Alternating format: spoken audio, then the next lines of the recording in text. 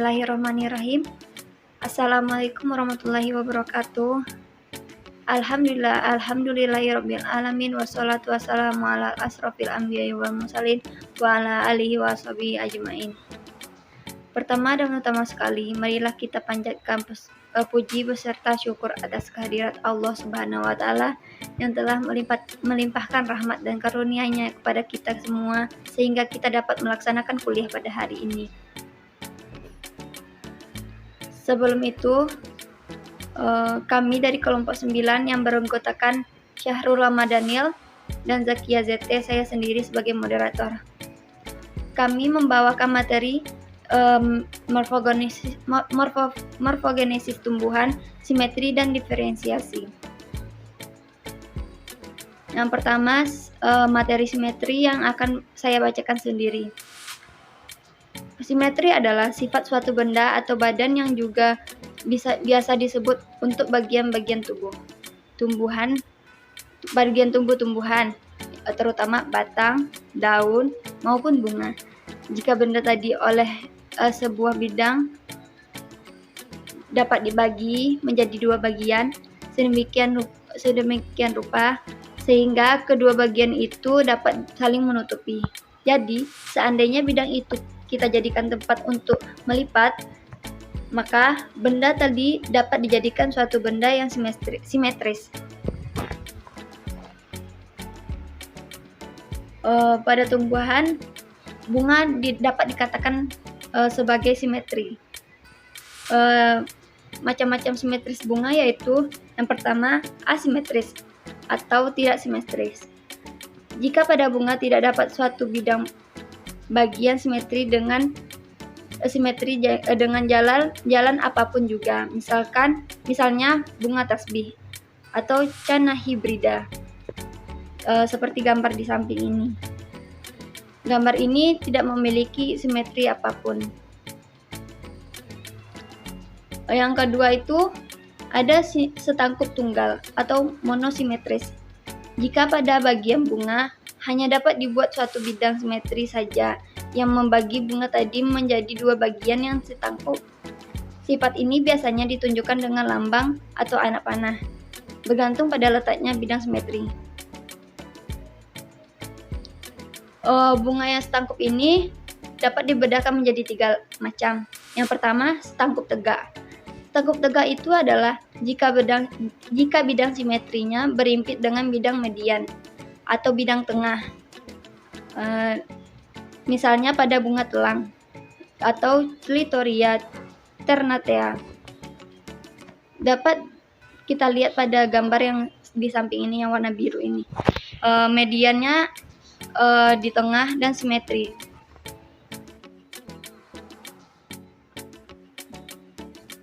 Yang kedua,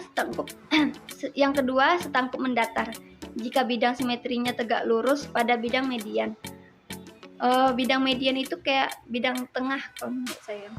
Dan tegak lurus pula pada bidang median itu kayak bidang tengah kalau menurut saya. Dan tegak lurus pula pada arah vertikal. Misalnya pada bunga Corydalis. Yang warna kuning ini bunga Corydalis. Dia bidang mediannya tegak lurus, simetri. Yang ketiga, setangkup miring. Jika pada bidang simetri memotong bidang median dengan sudut yang lebih kecil atau lebih besar dari 90 derajat. Misalnya pada bunga kecubung atau datura metal. Seperti gambar di samping paling bawah. Selanjutnya yang ketiga ada setangkup menurut dua bidang atau bilateral simetris atau disimetris. Dapat pula dikatakan setangkup ganda, yaitu bunga yang dapat dijadikan dua bagian yang setangkup menurut dua bidang simetri yang tegak lurus satu sama lain, misalnya bunga loba atau Ropanus sativus dan bunga tumbuhan lain yang sesuku. Yang selanjutnya yang keempat yaitu simetri banyak atau beraturan, atau bisa disebut dengan polisimetris, yaitu jika dapat dibuat banyak bidang simetri untuk membagi bunga itu dalam dua bagiannya yang setangkup, misalnya bunga lilia gereja atau Lilium longiforum. Bunga yang beraturan seringkali ditunjukkan dengan lambang bintang, seperti gambar di samping ini. Selanjutnya, diferensiasi. Diferensiasi diartikan sebagai perkembangan turunan meristem ke dalam unsur berbagai sistem jaringan tumbuhan dewasa.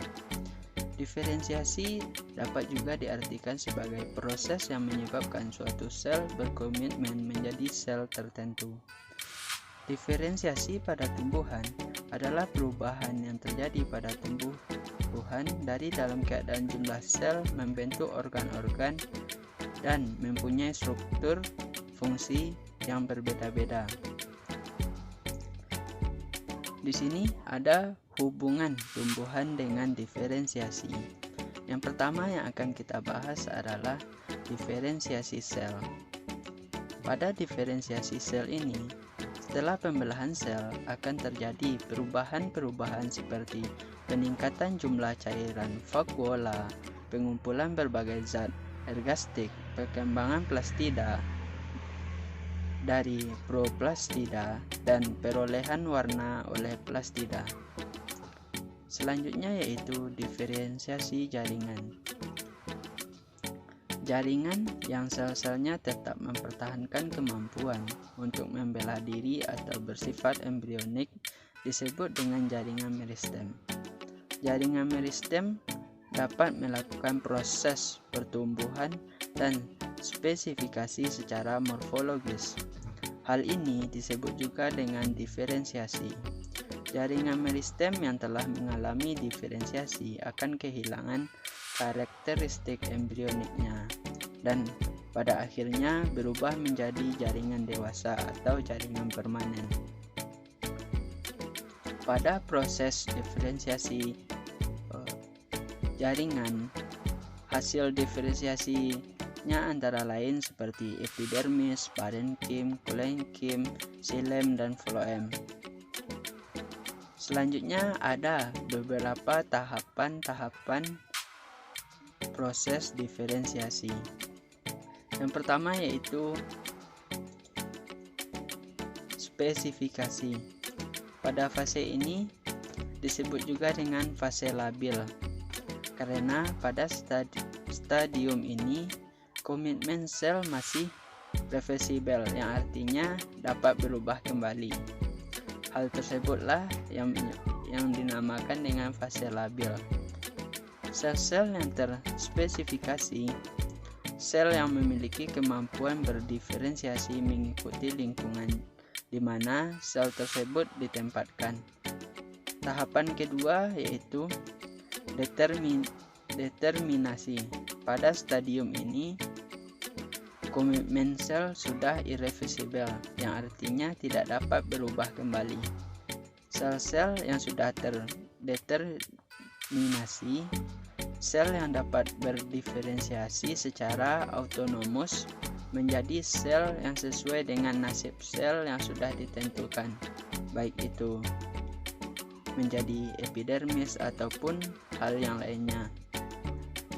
Baik, sekian dari materi yang dapat kami sampaikan pada pertemuan mengenai fenomena morfogenesis.